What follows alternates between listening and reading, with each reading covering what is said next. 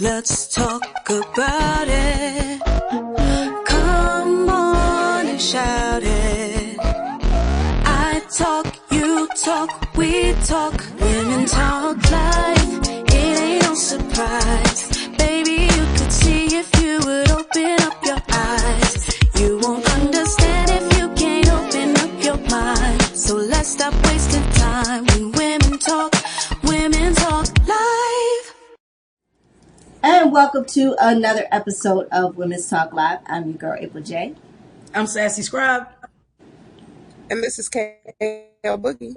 All right, y'all. Today we're talking about the scales of color, youth, race, and the law. And we're going to get into the trial of Carmelo Anthony down in Texas. And kind of, dive into some of the things that happened, went on. We also have a news clip to show prior to us, getting into it for those who may not know anything about it. But before we get into that, we're going to get into our history facts. So our first history facts has to do with famous artists. The first one is Pablo Picasso. He once had to defend himself in court, not over weird Cubist faces, but because Paris police briefly thought he helped steal the Mona Lisa. Thanks to his sketch art thief acquaintance and a couple of already stolen Roero sculptures hiding in his apartment. So they thought he stole the Mona Lisa when he actually painted it himself. And he had to show sketches of it. He had to go to court for this and everything. He had to go to court to show proof that he painted an ugly woman. Because there ain't nothing pretty about the Mona Lisa. Right. So the next one is Vincent van Gogh. Now the poster child for the tragic genius sold only one painting when he definitely proved during his lifetime a series of landscape called the Red Vineyard, which went for 400 francs. Oh, I guess that's France money, just months before he died. So yes, your dentist waiting room has made more off his art than he ever did. Wow. Van Gogh cut his ear off though, right? He did. Yeah, okay. Yeah. Also, okay, so going into a little bit of the oldest countries or the oldest civilizations. Some countries are so new they still feel like beta versions. U.S. 250 years, still. It's a bad experiment waiting to happen. Exactly. Others like Egypt, Iran, and China have logged into history for thousands of years. In ancient Egypt, around the 27th century BCE, a polymath called Imhotep designed the step pyramid of Djoser, which is the oldest and great pyramid that now still stands in Egypt, and basically speed ran the careers of architects, engineers, and doctors before later being promoted to a full-blown god of science and medicine. So, yeah. Civilization started there in Africa, which is why they cut the nose of the Sphinx off, because it was broad. It was broad. Exactly. It represented black people, which is why the world needs to understand this. We are God's chosen people. Mm-hmm. That's why y'all are doing everything y'all can to get us in these streets to do whatever. And we are relaxed, moisturized, doing our podcast. You know what I'm saying? We are seriously, we are living our lives, and they can't understand it because black people for 400 years since they brought us here has had to learn how to pivot and shift. And if there's one thing we know how to do, it's survive. We'll eat chuck wagon and spaghetti for weeks. We will figure it out. We will figure it out. Right. And as a culture, people don't see it, but we have community. We have community. They say, oh, the Asians and the Latinos and all of these other cultures, they're talking about the community that they have. We have community and we have discernment because collectively, all of us heard sit the fuck down. Yeah, absolutely. I've heard that on All the of us. news. Now, Yes. over in Iran, the kingdom of Elma was already civilized enough by about 2700 BC to be on the losing end of the first recorded long-distance war when a Sumerian king marched in and made military history the hard way. So, yeah, that was Iran. Over in the Han Dynasty of China, doctors were so ahead of the curve that in 2200-year-old silk autonomy atlas found in the tomb of Lady Di mapped the body's the makeup of the body and helped shape acupuncture centuries before Europe even had a decent word for circulation. So it started in China. Yep. The last one. To this day, don't we use those Chinese and Korean beauty standards that people are all craving about now? But that's a boycott by black women, so it won't happen. Now, next one is, we all have heard different types of fairy tales and songs growing up, but Ring Around the Rosie isn't a secret plague diary. It's more like a 19th century kids exercise like the internet turned into a horror movie. The rhyme doesn't show up in print until the late 1800s, long after the Black Death and the Great Plague. And there's zero historical evidence anyone thought it was about the disease until the mid-20th century, when people started retrofitting creepy meanings into lyrics. They said it really is just a classic circle game. Kids hold hands, dance around, then fall on a curtsy, dramatically. And they are so tired of the plague theory that Ion and Peter Opie once joked they've heard it so often they were reluctant to leave the house. So, Ring Around the Rosie. Sassy, I saw you repeat a song in your head.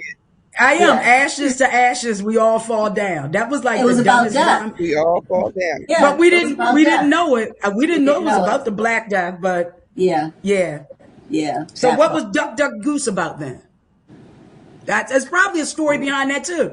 I mean, a lot of these fairy tales are basically what we think were harmless, Warning. but actually, they were about either killing, death, or something other were than cautionary. what we Yeah, thought.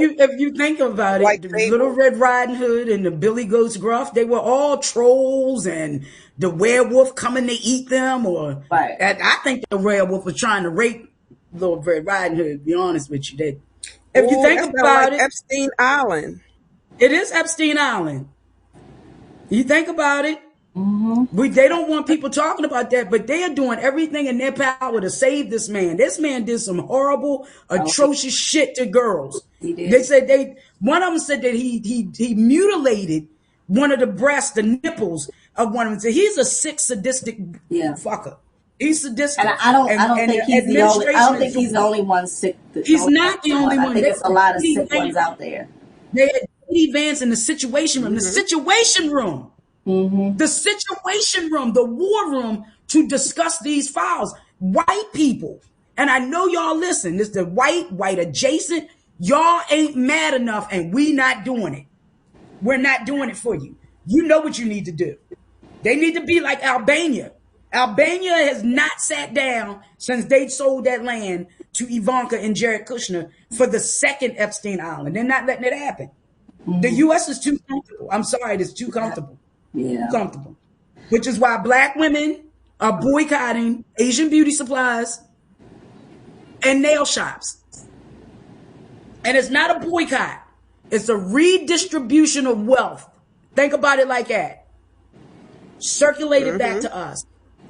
Circulate it back There's to a us. lot of black estheticians. It is. But my girlfriend owns a beauty supply, but they control the distribution. And that's what we got Not to get. necessarily. There's a black owned. Hold up. There's a black owned family. Oh, I'm so mad that I can't think of the name right now. But they own and they get their own distribution for themselves. They're one of the only blacks. But it's not.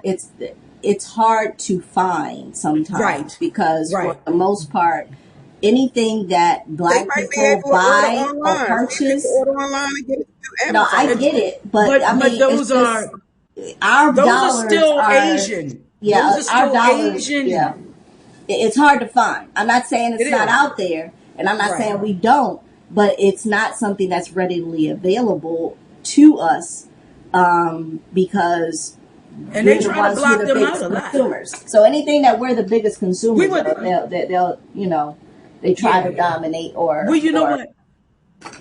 Maybe we should see if we can find some of them to come on and talk about the distribution and how hard it is or how easy it is to get that. That's going to be.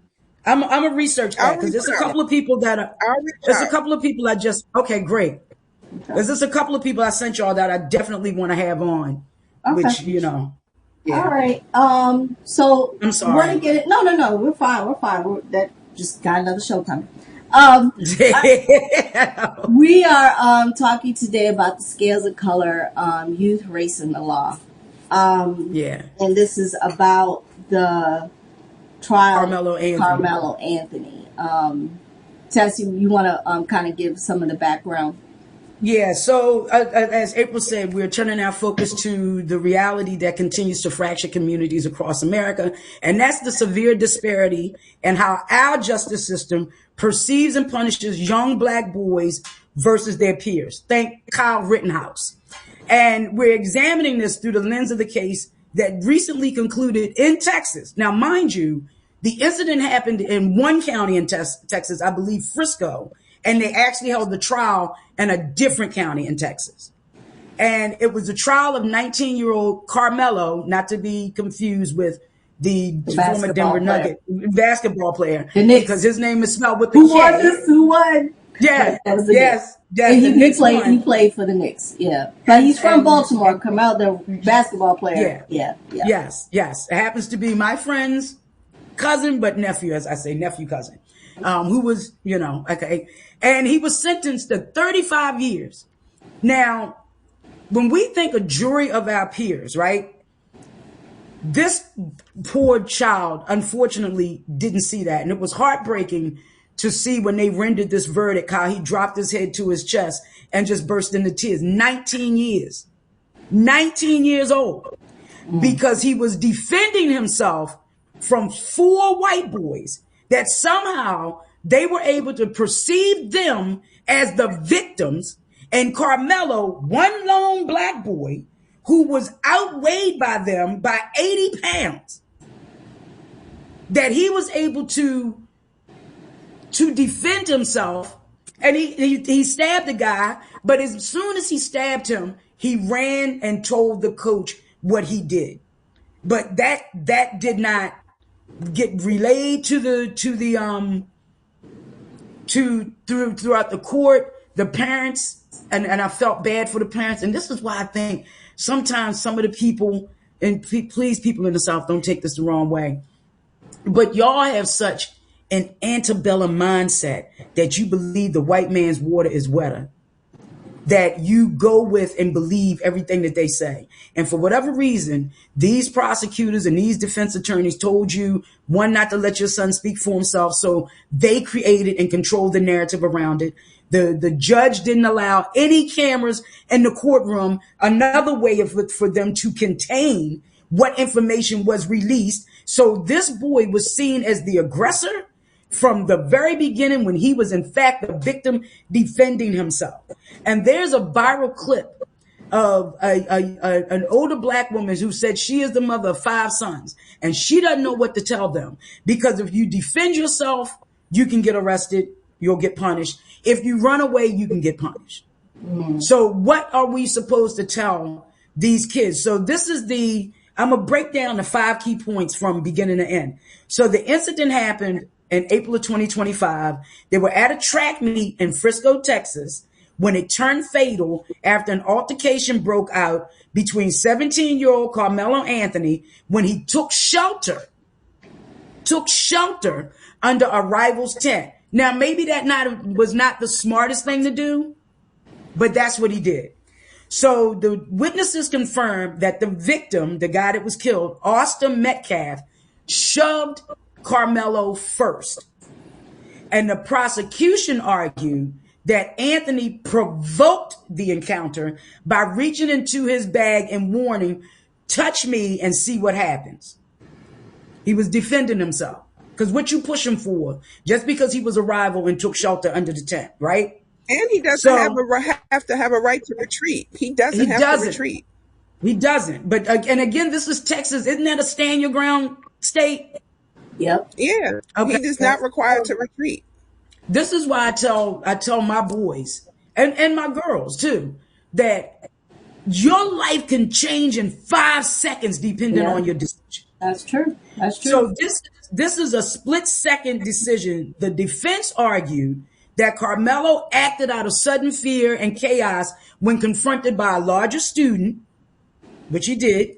The jury rejected that standard and the Texas framework of self-defense for the black teenager. So they deliberated for less than 3 hours in June of this year. So just this month. And they gave a lesser manslaughter charge, which carried 2 to 20 years. And they ended up convicting him of murder. So they was giving him manslaughter, but the judge said murder. And they sentenced him to 35 years in prison. So the jury explicitly rejected the legal mitigating factor of sudden passion because it was the heat of the moment. So now he's supposed to remain calm when confronted by a guy bigger than him.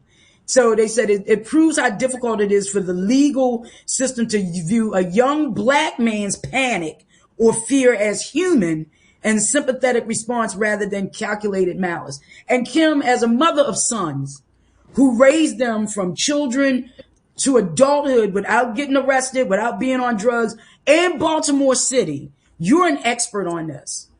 So what are your thoughts? Shit. I mean, it's heartbreaking because, for one, you send your kids out to places thinking that, they're going to be okay, or you want to provide them with opportunities such as, sending them to good schools or white schools for better opportunities. And they're still encountered by things that you really have no control over. And the racist undertones and things, what it does to your self-esteem and what it does to you, as a person is indicative of psychological warfare. I'll put it that way. First and foremost, I think it's a crime that he was sentenced to 35 years. Involuntary manslaughter should have been on, an option for him. But I do want to address the one thing. So I do want to say my undergraduate degree, my bachelor's degree is in criminal justice. And for the longest time, I was an expert in reentry because of working 25 years in the field. Like, I spoke at the Federal Bureau of Prisons, and I understand the disparity in sentencing guidelines and things of that nature. And it's always my main argument that the portion of a jury of your peers, that always really resonates with me. For one, because I remember clerking for a judge, and there were so many reasons why we as people of color try to avoid the justice system at all, even doing the civic duty of being on a jury. But I want to go back to the jury of your peers, because I think that statement was written, or that piece was written. It was written because you lived in a small sect or community where if little Johnny stole some bread from the bakery, the community knew that little Johnny's father lost his job and that his mother was sick. So they would take those factors into account when they were judging Johnny because they were his peers. They understood where he came from. They understood the circumstances and the nuances of that surrounded why he did what he did.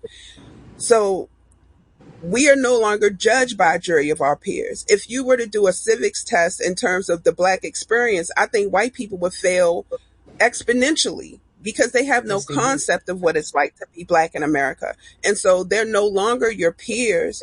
You're not even, we don't even operate in a world in which they operate. Like, it's insane when you look at the things that they're able to do: jog while white, and play golf while white, eat lunch while white, go to Starbucks while white, and they get us, and those are things that, when we do them, it's, we can die. Like you were talking about, if they run, they get punished. If they fight, they get punished. There was this, when you speak of the jury of the peers. Die. They can be murdered, and the justice system will find it being justified. Yeah. Just like what'd you say, Sassy?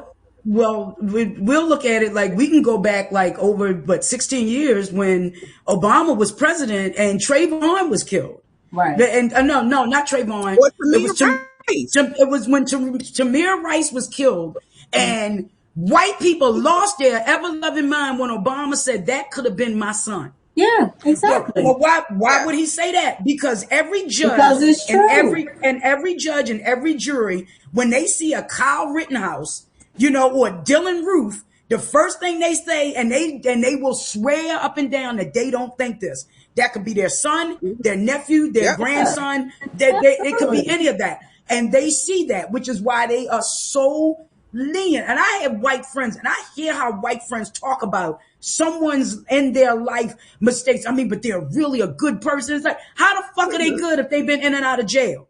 That's not a good person. Because that's their peers. They understand their circumstances. But I did want to talk about this was an all-white jury that convicted him. Now, before Rick Child, before we get into that, we do have a clip. This was after the verdict was read. So get into this. Tonight, emotions boiling over outside the courthouse. Protesters in each other's faces, some openly weeping. And for others, relief that justice was served. You think this is justice for Austin? I believe so. As a Texas jury finds 19-year-old Carmelo Anthony guilty of murder for stabbing 17-year-old Austin Metcalf at a high school track meet last year. You will never, ever disrespect a black woman like that. Numerous witnesses said Anthony instigated the confrontation, the prosecution calling his actions unjustified and intentional, telling the jury, you don't get to meet a shove with a stab, especially if you provoke the shove. In closing arguments Tuesday, the defense again tried to portray Metcalf as the aggressor, that he made physical contact first, and Anthony defended himself in a split second of chaos. What was it like?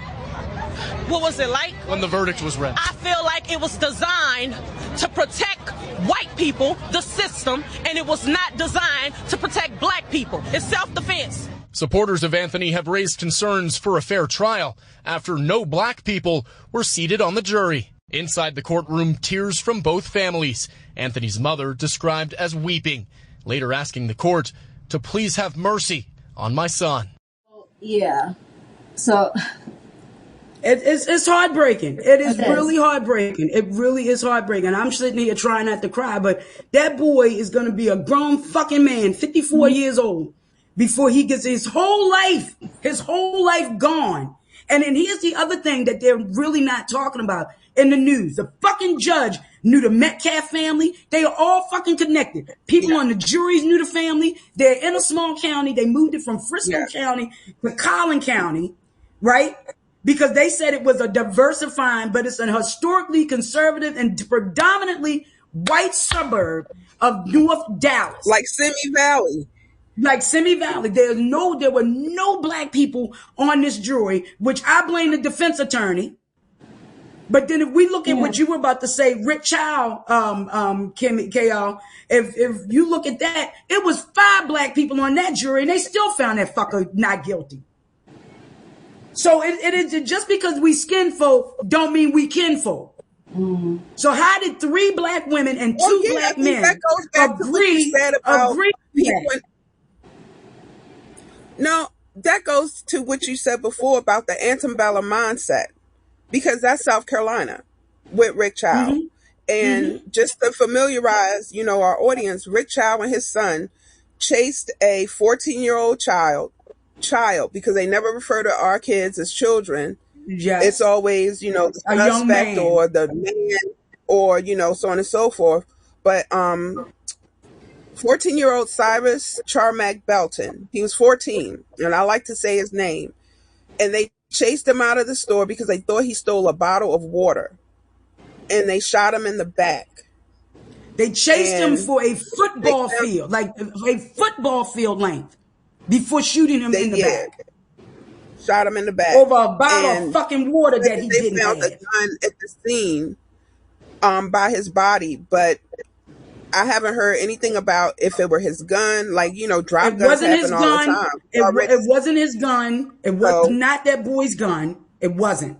Because he had no gunshot residue on his hands whatsoever. They tried to plant that shit. And it reminds me of the case in New York where the years ago when they had the riots for the Asian lady that shot the black girl in the head for coming in the store and, running out. So it's really, like you were saying, for black sons, I don't even think it's just the sons. It's just black children. Yeah. It's so difficult to try to raise your child to respect people in a system that they're not respected. Like they not, like we were talking earlier about being seen and viewed. Like our children are never seen as children. They're always viewed as offenders or viewed as adults. Like that's, it's... And what that does to them, like, what that does to their mentality and still having to grow up and still find a way to be quote unquote acceptable to the masses. It's, I think, like I said before, psychological warfare. I think that the fact that this young boy is going to jail for what this kids who parents raised them to be that way. They instigated that. And he was invited to come under the tent. They had the young guy that said that he invited him in the tent, and the other guys came over being assholes. So the system is what the system is. They just raised. Listen, racism is taught, and nothing makes white people madder than to know that you have raised your children to be racist. This boy's entire family, the Metcalf family, are old school Klan member racists. There is a belief in an autonomy that they are right and they can treat black people any kind of fucking way they want. And I'm sorry. If that boy was defending himself, he should have stabbed him again. Sorry, not sorry. But if he had 80 pounds on him, and it wasn't just one, it was 4 fucking boys, not the one that invited him. It was 4 boys that when he tried to leave, they grabbed him by his hoodie, by his suit, and pulled him back in. But they don't show those videos because they gotta have the narrative that the white boy was the fucking victim when he was the aggressor. Yeah. We don't send our kids to, I remember my mother telling me this. I don't send you to school to be anybody's punching bag. I don't send you to school to be anybody's punching bag. And that changed as the world changed. Now you got to say, you come home and let us do the fight. Yeah. Yeah. But if somebody hit you, you knock them the fuck out. Yeah. Yeah. It's a catch-22. Your job is to come home. Your job is to come home. And I put this out to white people on my Facebook page. White parents, what are you telling your black children? They're not biracial. I like the way y'all say they're mixed. They're fucking black in the eyes of the law. That's not discounting their white heritage. Y'all did that. In society. Y'all did that. Y'all were the ones. Y'all were the ones who said that a drop of black blood made you black. Mm-hmm. I was on a call with a coworker the other day and found out she said that her grandkids was mixed. I said, you had black grandchildren? That's awesome. You should have seen her face. Yeah, bitch, they black. Mm-hmm. Yeah. They're black. And you don't understand. I got nieces and nephews, great nieces and nephews, being raised by white women as opposed to the ones that were raised around us. They're two different children. They navigate and operate in a white world in a certain way, where they navigate in a black world in a certain way, and the two don't know how to mix. Right. I can see how nervous they get around a bunch of black people. Until later on, when they realize when somebody reminds them who they are. And they get their feelings hurt. They called me an N-word. I said, and what did you do? Now I'm offended and pissed because you didn't know how to react because your mother never taught you how to do that shit. My nephew was too fucking stupid to tell you. Well, that's the thing. You can't teach something. You can't teach something that you don't know anything about. That's the thing. As a white person, that's your job with the black around your child. But my thing is, that's true. But a lot of times, and listen, I'm not defending the concept as far as, but I'm just saying that if white people have no clue what it is to be black in society, how do you expect them to teach children that they have with black men or a black woman? How to navigate in a world that sees your kids as black? You have to either you have to be. Apparently, you know enough about black people to get pregnant by a black person, a black man. So if you're having a black child, you find other black men where you found that one or someplace more elevated. You can take him to a barber shop and ask to have his hair cut there, or but you have to learn to indoctrinate yourself further than just getting indoctrinated into the black culture. That has nothing to do with, because that's not reality. That's not reality. It isn't. As much, that may sound good, but it's not real. It's not our reality. These folks who have these children, 9 times out of 10, they're going to be around their white own people. That's just to be said. I blame the black men, especially the black men who understand and know and still don't explain shit. I blame the black men who isolate themselves from their black mothers and sisters and cousins and nieces to not tell them. My neighbor that I grew up with, we like brothers and sisters. He married a white woman. They had 2 daughters. My cousin's mother, because his mother had passed, immediately became like his mom. My aunt did, right? She immediately told this girl, this is how their hair need to be done. They need to get a bath every day. Make sure you get around their neck, behind their ears, and their creases. She explained to her, this is how we raise them. And trust me, this girl's mother and everything was still living. But my aunt didn't give a shit about that. But you know why? Because you raising black girls. Mm-hmm. And those 2 young girls been around black people enough. They've been around us. Now, you know me and my cousin Tink, right? You know my sister Stacy. They've been around us to know that this is how we talk and this is how we explain things. And when I see my great nieces and nephews, I explain it to them the same way because my nephew didn't do his job in explaining to them.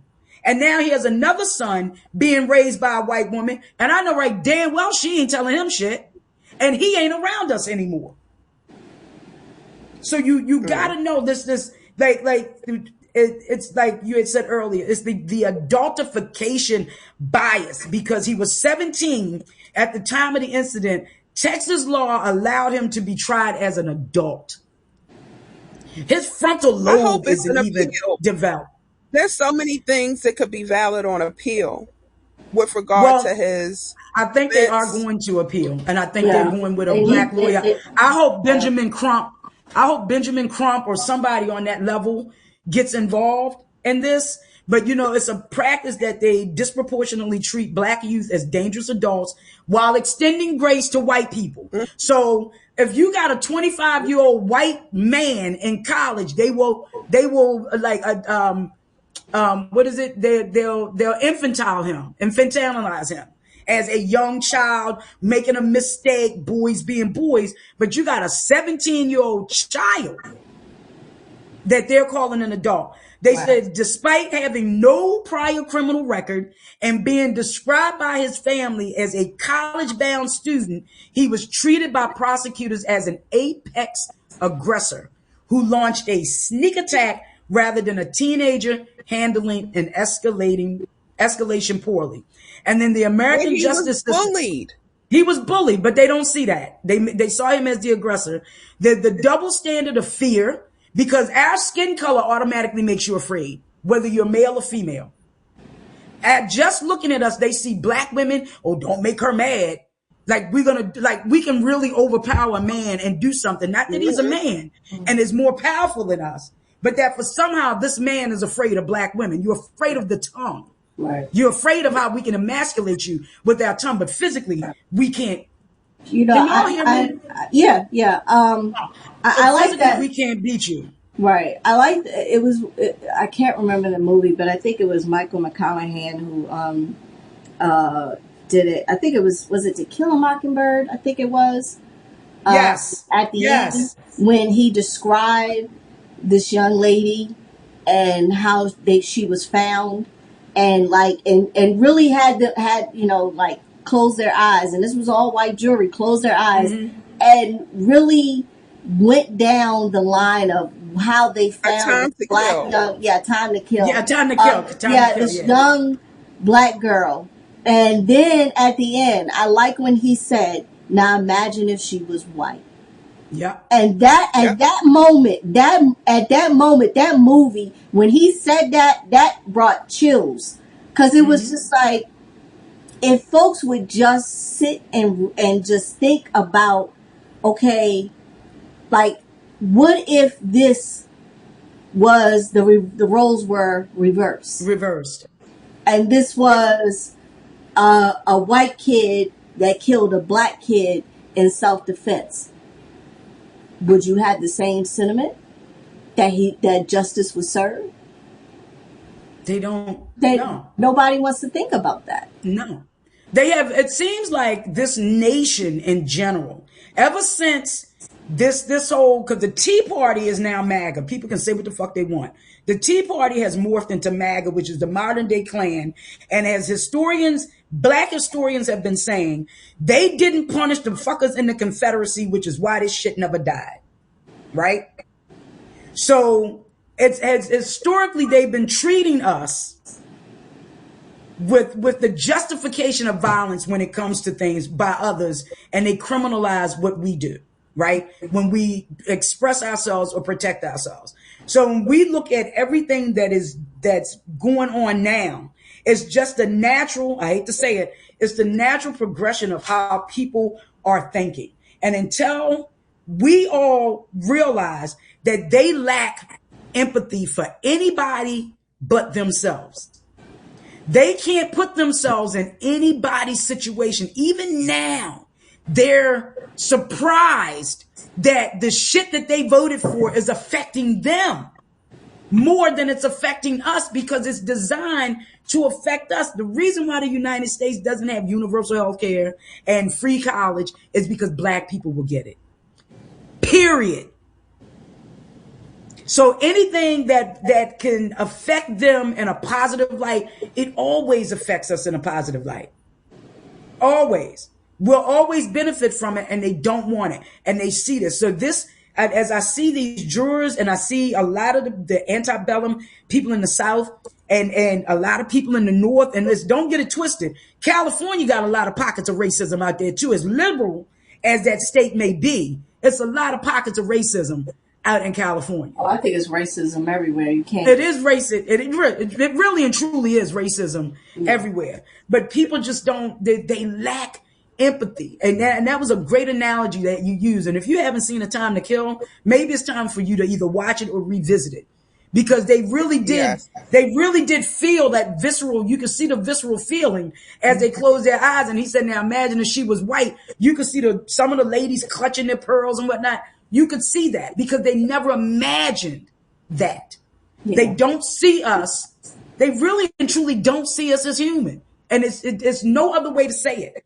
The same way they don't see these Latinos that they have in these detention centers as human. These children, these Latino babies, they don't see them as human.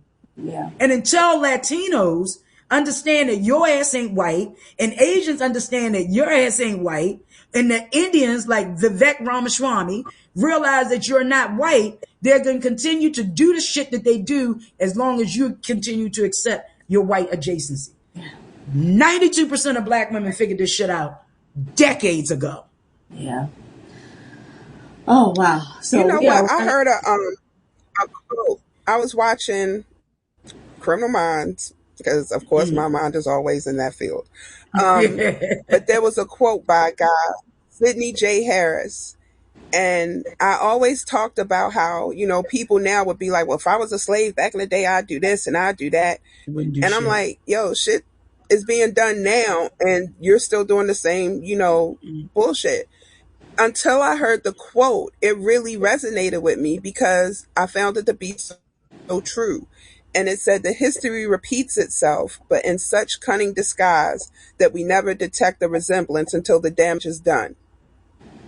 And I was like, that shit is so true because people are so like, you know, they're putting up all these centers and things like that. Where do you think when they want to start just taking people off, you know, off grid and taking them and storing them somewhere? Why do you think that they want your landlines? Because they want everybody to have a cell phone. So when they want to come in a secure area, that they can come in and put a cell phone jammer in there and nobody can make communication. But if you have a landline phone, you can still make calls. Like, it's things that are just, you give up so many of your rights so subtly and you don't think about the cause. And I think that's where we are with, you know, the whole Carmelo Anthony. In an election year, that judge was elected and people still are talking about they're not voting. And you have to vote because the judges are being voted in. Your sheriffs are being voted in. Your district attorneys and things like that are being voted in. Your delegates and the people that write the laws and things for your community. Those are the people that are being voted in. And if you are not participating in that, then they have no reason to represent you when you did nothing for them. They got to go to the side that butters their bread. And 9 times out of 10, they not going to look like you. So when they say, give this kid 35 years to go into a private controlled prison that's paid for him, they now have a slave for 35 years to do the work and make pennies on the dollar and get his tax dollars in that community, because it's bigger than this, just that. When you talk about how these counties they have these better schools and things like that, like, it's because those people are no longer counted in Baltimore City, for example. They're now counted as population of Hagerstown, even though they get none of the benefits of the municipality. They don't ride on the streets. They don't go to the school systems. But all of that money now says we have all of these people in our area. We need more money for school. So they little 10 people per class.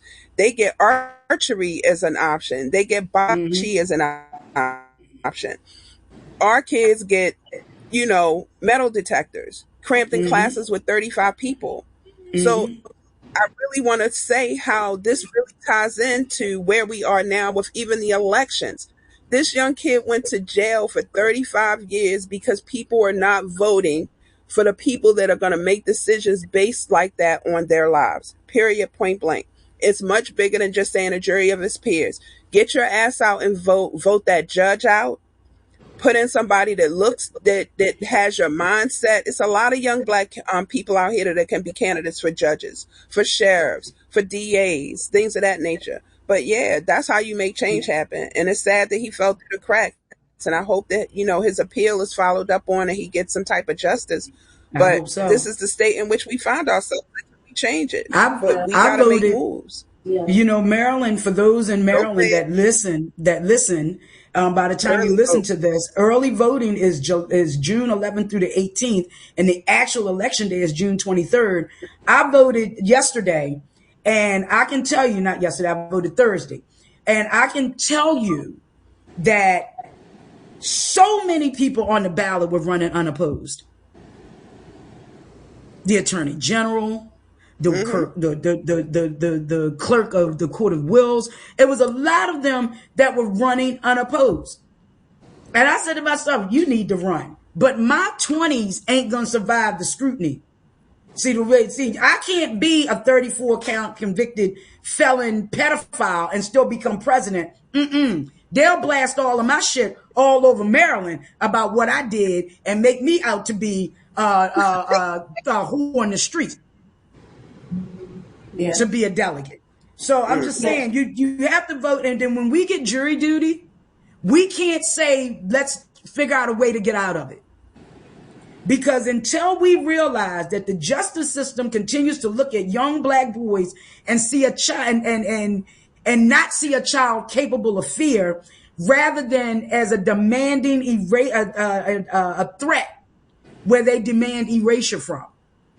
So we need equity in our courtrooms to not remain an illusion, and that's all. I mean, that's really all we can say. They continue to see them as threats and not as just scared children, which is what he was. All right. Well, we're going to have to end it there. We're completely out of time. I'm sorry. No. This was good. I hope everyone was able to get something out of this, and hopefully we can do instead of talking about it. Right. All right. So, our last show's poll was, do you feel pressure to always be the strong one in your families, for your family and your friends? And we had about 63% of people that said they felt like they had to be the strong one. So, yeah, that's a lot. So for this week's poll, we are asking, did race play a factor in the outcome of this verdict? That should be 100%, y'all, next week. Should be 100%. It should be 100%. Well, I don't know. I mean, our listeners are more than just us. So, I know. So everybody has an opinion.